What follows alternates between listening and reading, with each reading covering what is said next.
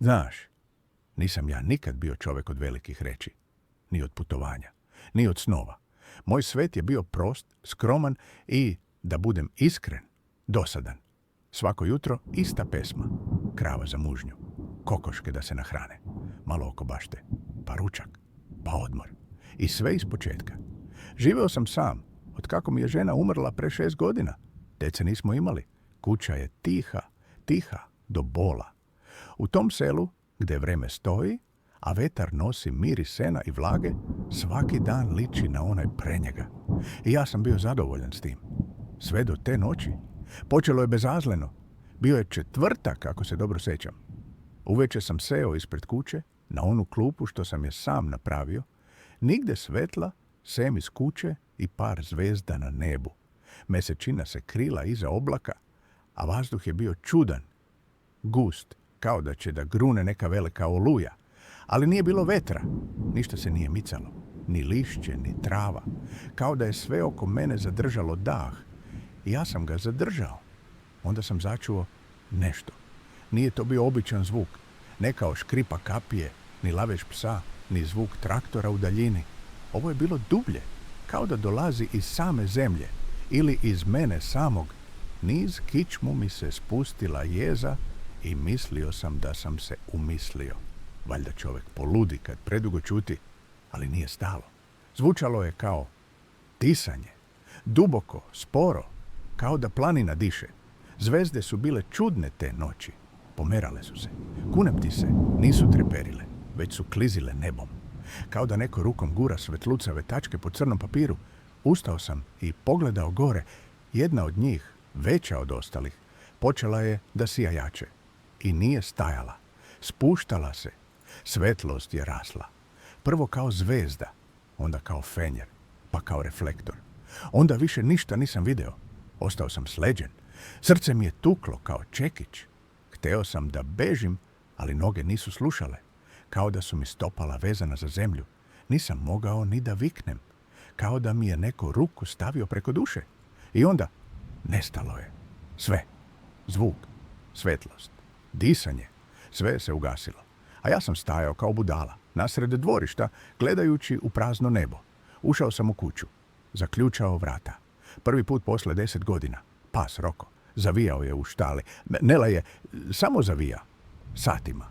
Nije hteo ni da jede narednih dana. Samo me gledao s očima punim straha, kao da zna nešto što ja ne znam.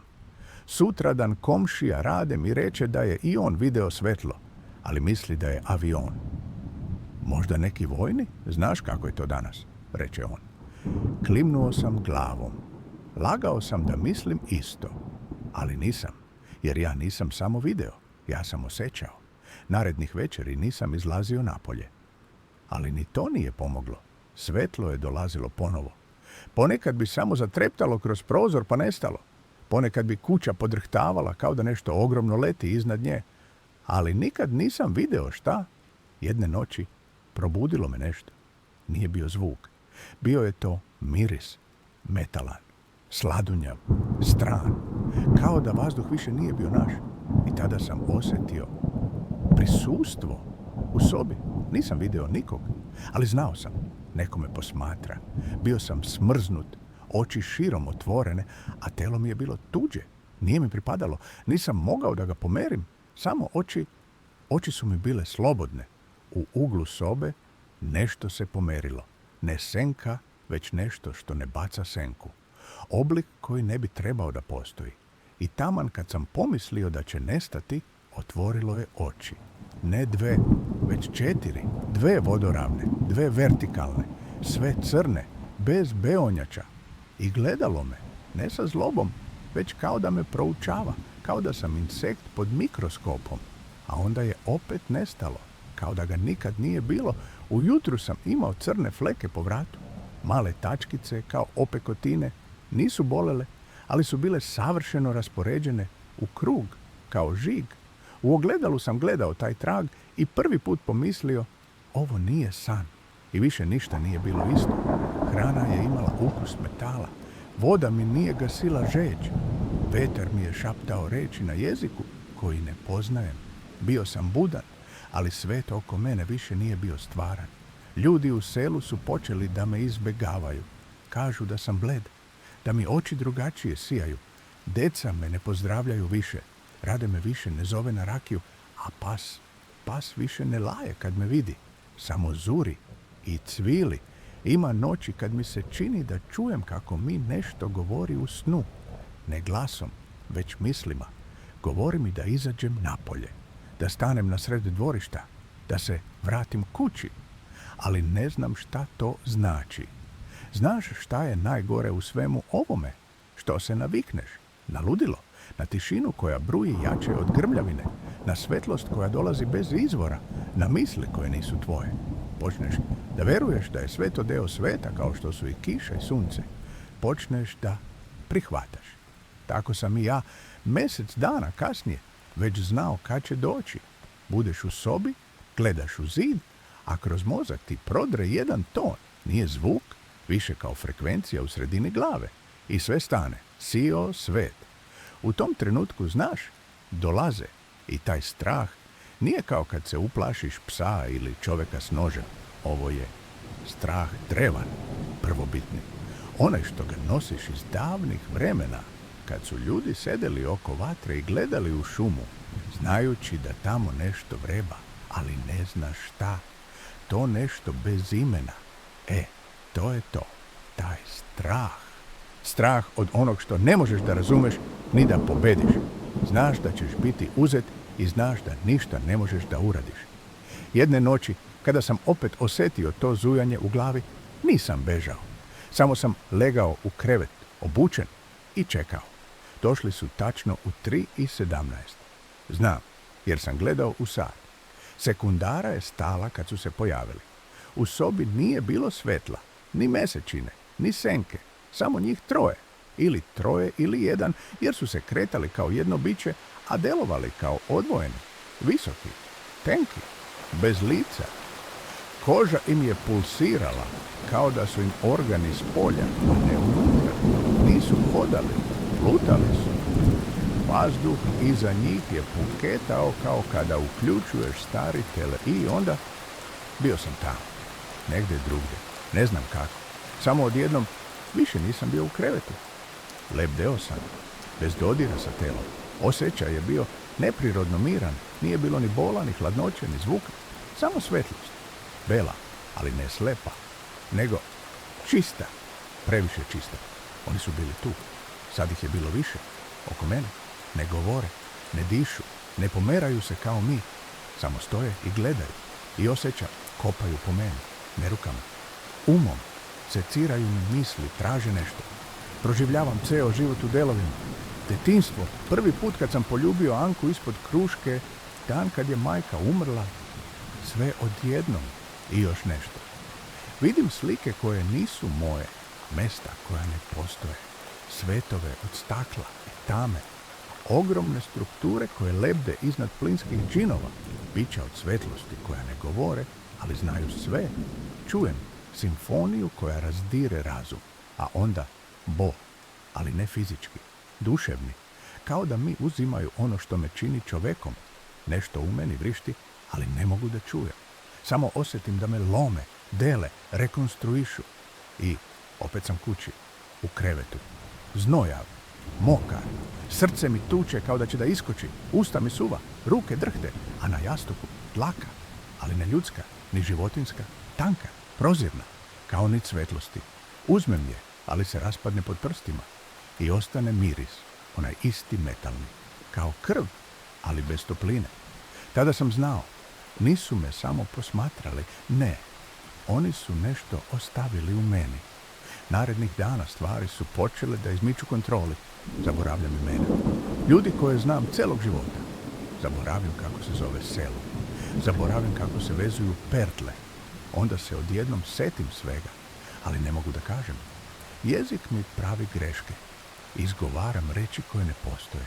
Kad spavam, mumlam i govorim, ali ne na srpskom. Komšija Vidoje mi kaže da me je čuo kako u snu izgovaram nešto što zvuči kao Cahrim vel nahor. Ne znam šta to znači, ali oni znaju. Počeli su i znaci na telu. Koža mi menja boju pod svetlom.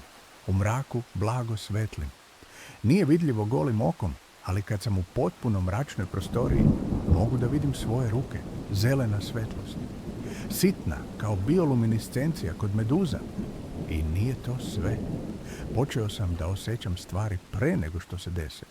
Znam kad će neko da zakuca, kad će pasti kiša. Znam kad će nestati struja. Nije to kao predosjećaj, više kao informacija koja mi je unapred prosleđena. Kao da sam deo nekog većeg sistema. Kao da me misli više nisu samo moje. A najgore od svega, najgore je što mi to sve manje smeta. Počeo sam da želim da ih vidim, da osjetim onaj pritisak u glavi, da opet budem uzet i kad dođu ne bežim više. Otvorim vrata, stanem uspravno i čekam. I kad svetlost prođe kroz mene, osjećam nešto slično sreći, ali pokvarenu, kao lažnu euforiju, kao da sam zaljubljen u nešto što će me ubiti ili preoblikovati. Sinoć sam opet sanjao staklene gradove, ali ovog puta bio sam u njima. I znao sam kako se sve zove, svaka zgrada, svaka ulica, i znao sam gde sam, i znao sam da se neću vratiti. I da to želim, probudim se i imam urezan simbol na grudima. Nije ožiljak, nije ni tetovaža, više kao senka pod kožom. Trokut unutar kruga sa spiralom koja se širi prema ključnim kostima. Kad stavim ruku na to mesto, srce mi kuca jače, a kad zatvorim oči, čujem njihove misli i nisu neprijateljske, nisu ni prijateljske, one su indiferentne, kao da sam broj, eksperiment, nulta tačka. Juče mi je Rade rekao da idem kod lekara. Kaže da sam bleđi nego zid. Kaže da pričam sa sobom. Da me video kako noću stojim bos na kiši i gledam pravo u nebo satima. A ja se ne sjećam toga. Ili ne želim da se sjećam. Ali znam, sve što radim, neko gleda. Sve što mislim, neko upisuje. I čeka. Čeka da me pozove nazad. I opet se vraćamo na onu prvu noć kad su zvezde disale. Jer, znaš, zvezde nikad nisu bile samo svetla. One gledaju, one misle, one čekaju. I kad udahnu sljedeći put, možda udahnu mene celog. I možda im se rado odazovem, znam samo jedno, zvezde dišu. I kada sljedeći put budu udahnule, bojim se da će me uzeti sa sobom. Znaš, postoje trenuci u životu koji se urežu u tebe ne kao uspomena, već kao rana. Otvori se nešto, kao da ti neko nožem preseče dušu i od tog trenutka više nikad nisi isti. Ne mislim na gubitak voljene osobe ili neko veliko razočaranje. Ne. Mislim na onu drugu vrstu bola. Onaj bol koji ne dolazi iz tela, već iz samog postojanja, iz samog znanja da si video nešto što nisi smeo. A ja sam video. Zadnje čega se sjećam sa ove zemlje bio je zvuk. Ne zvuk kao što mi znamo. Ne šum, ne eksplozija, ne urlik. Nešto drugo, zvuk bez vibracije. Zvuk koji ne ulazi kroz uši, nego se ulije pravo u mozak. Kao da ti neko silom uliva melodiju izvan dimenzija. Srce mi je tada prestalo da kuca na sekundu, znam, jer sam osjetio vakuum u grudima. I onda svetlost. Ali ne kao prošli put. Ovog puta nisam izgubio svest, nisam bio posmatrač. Bio sam svesno otet. Bio sam prisutan u telu i znao sam šta mi se dešava. Prostorija u kojoj sam se našao nije imala zidove, bar ne one koje možeš da dodirneš. Sve je bilo belo, ne onako kao kreć. Više kao da si unutar svetlosti, kao da svetlost ima gustinu, oblik, težinu i bila je mrtva, potpuno tiha, bez jeke, bez vazduha, bez pokreta. Samo ja.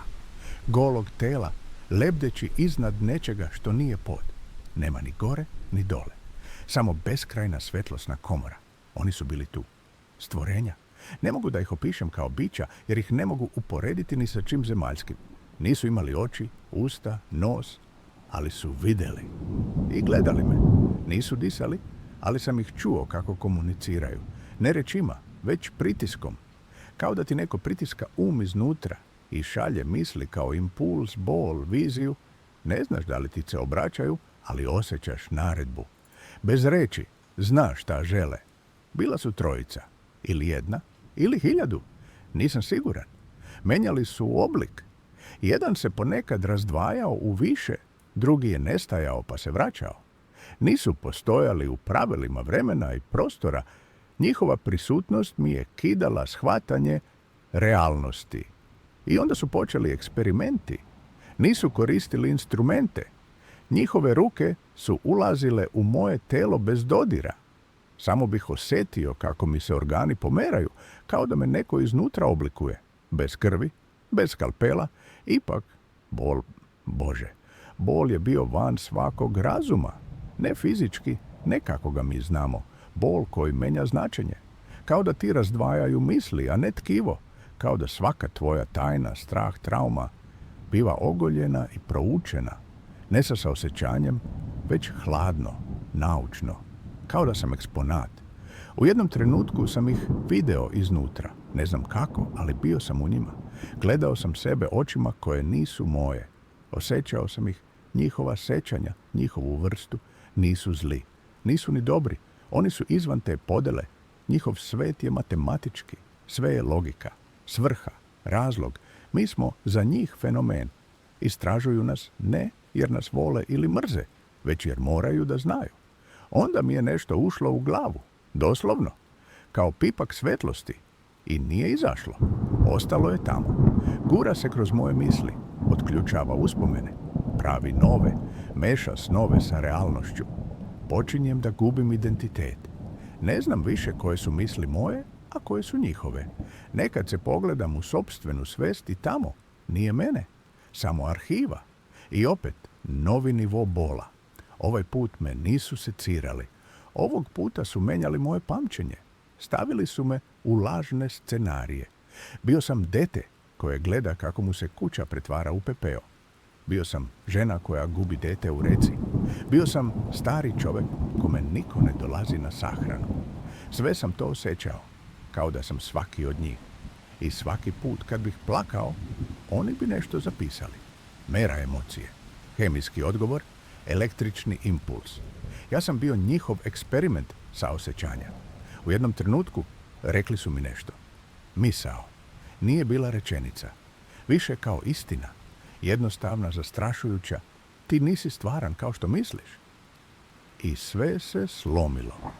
Odjednom video sam sebe iz detinjstva, ali kao da gledam film. Onda sam shvatio. Svaki trenutak mog života je negdje snimljen. Ne simbolično, već bukvalno. Kao da su pratili sve. Od rođenja. Svaki pokret, svaki dah. Sve je bilo arhivirano. Gledao sam sebe kao bebu. I onda nešto užasno. Video sam kako su oni tada već bili tu. U sobi. Nevidljivi. Promatrali. Merili. Ceo moj život je bio posmatran. I nisam više znao ko sam. Da li sam čovjek? Ili eksperiment koji misli da je čovjek? Jednom su me stavili u prostoriju punu drugih. Bića. Neka ljudska. Neka ne. Jedan čovjek me je prepoznao.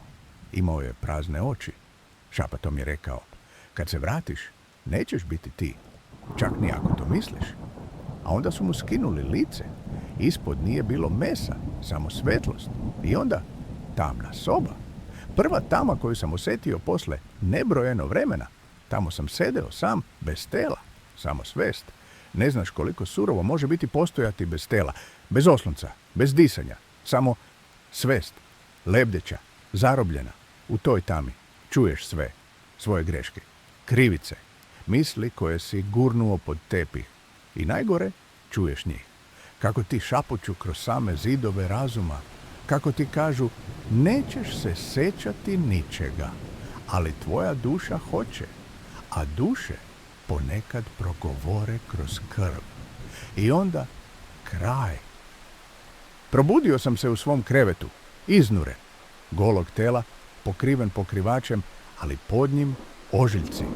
Uredno urezani, krugovi, linije, matematika bola. I više nije bilo sumnje. Više nije bilo možda. Više nije bilo umišljam. Prvi dan sam čutao. Izašao sam napolje, seo pred kuću. Suseda Mara mi je mahnula, ali onako nekako zadrto. Kao da nije bila sigurna da sam to ja. Njene oči su ostale na meni par sekundi duže nego što je uobičajeno. Kao kad vidiš nekog iz porodice, ali ti nešto ne štima. Ljudi su prolazili, klimali glavom, ali nije bilo osmeha. Nije bilo kako si komšija. Nije bilo šta ima novo rade. Samo tišina i pogledi dugi, puni sumnje ili straha. Uveče sam zaspao i počelo je.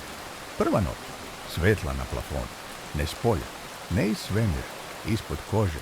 Kad zatvorim oči vidim na mrežu svetlosnih tačaka, kao zvezdano nebo, ali iznutra, kroz zatvorene kapke, svetlost pulsira. Pokušam da ih ignorišem, ali počinju da trepere u ritmu mog pulsa, a onda menjaju puls, nameću ritam i srce im se pokorava. Počeo sam da čujem zvukove, ne iz kuće, ne iz prirode, nego iznutra, kao radiofrekvencija, ali bez šuma. Ponekad čujem brojeve, ponekad nepoznate reči. Zvuče kao latinski, ali ne liče ni na jedan poznat jezik. I najgore, izgovaram ih u snu. Jedne noći sam se probudio stojeći usred sobe. Govorim, glas mi nije moj. Dubok, metalan, spor. Kao da neko koristi moje glasne žice za nešto što nisam ja. Druga nedelja. Započeo sam beleške. Svaki put kad mi se dogodi nešto čudno, zapisujem. Ali svako jutro beleške nestanu. Jednostavno ih nema. I što je najgore, papiri su tu. Samo prazni. Olovka nije ni dotakla površinu. A sjećam se da sam pisao. Sjećam se svakog slova. Onda sam počeo da crtam. Ne rukom, nesvesno. Noću. Na zidu pored kreveta, olovkom koju nisam ostavio tamo. Kad sam se jedno jutro probudio, zid je bio pun simbola. Isti oni iz svetlosne sobe. Krugovi, spirale, oči bez zenica. Jedan od simbola se ponavljao. I u snovima. I u ogledalu. I na staklu prozora, kad ga zamagli para. Bio je to krug sa linijom koja ga seče vertikalno, a u centru tačka. Kad sam ga prvi put dodirnuo, osjetio sam udar struje. Ne spoljašnje, unutrašnje. Mozak mi je zazvonio i video sam nešto sebe, ali ne na zemlji. Video sam kako hodam među drugim oblicima, kako im se obraćam, kako govorim jezikom koji nikad nisam učio, kako pokazujem na zemaljsku mapu i kružim prstom oko mog sela. 3. nedelja. Ljudi me izbegavaju. Mara je prešla ulicu kad me je vidjela. Deca iz susjedne kuće me više ne pozdravljaju. Pas kojeg sam hranio svakog dana zarežao je na mene. Noću više ne spavam. Ne mogu. Oni dolaze. Ne kao pre, ne kroz nebo, nego iz mene. Jedne noći sam stajao na tremu. Vetar je bio jak. Mesec sakriven iza oblaka. I tada svetlost u daljini. Ali ne na nebu, u šumi, kao pulsiranje. Tisanje, kao da šuma tiše zajedno sa mnom. U meni je tada nešto kliknulo. Osjetio sam poziv, ne rečima, ne kao poruku, više kao nagon, da krenem, da izađem, da idem tamo gdje svetlost diše, ali nisam. Te noći, naredne, jesam. Ušao sam u šumu, bez svetla, bez straha. Noge su me vodile, telo nije tražilo odgovor, samo je išlo. Na čistini sam ih video, ne stvorenja, ne brodove, siluetu, sebe, kopiju mene, ili mene iz drugog vremena, ili mene koji sam trebao biti. Pogledali smo se i sve mi se vratilo. Svetlosti, reči, eksperimenti, taj glas. Nisi se vratio sam. Trgao sam se, nestalo je. Stajao sam sam, na sred šume, znojan, bos, drhteći. I znao sam istinu. Sad sedim u kući. Pišem ovo. Ali nije više kuća. Zidovi su tanji. Zvukovi dolaze sa svih strana. Ljudi me gledaju kao čudovište, ali niko ne govori. Poštar mi ne ostavlja više poštu. Rade u prodavnici mi više ne naplaćuje. Samo mi da hleb. I ode. Znam da svi osjećaju da nešto nije u redu. I znaju, jer svake noći svetla se vraćaju. Ne slete, ne bljesnu, nego se probude u meni. Jer nešto je ostalo sa mnom i ne želi da spava više.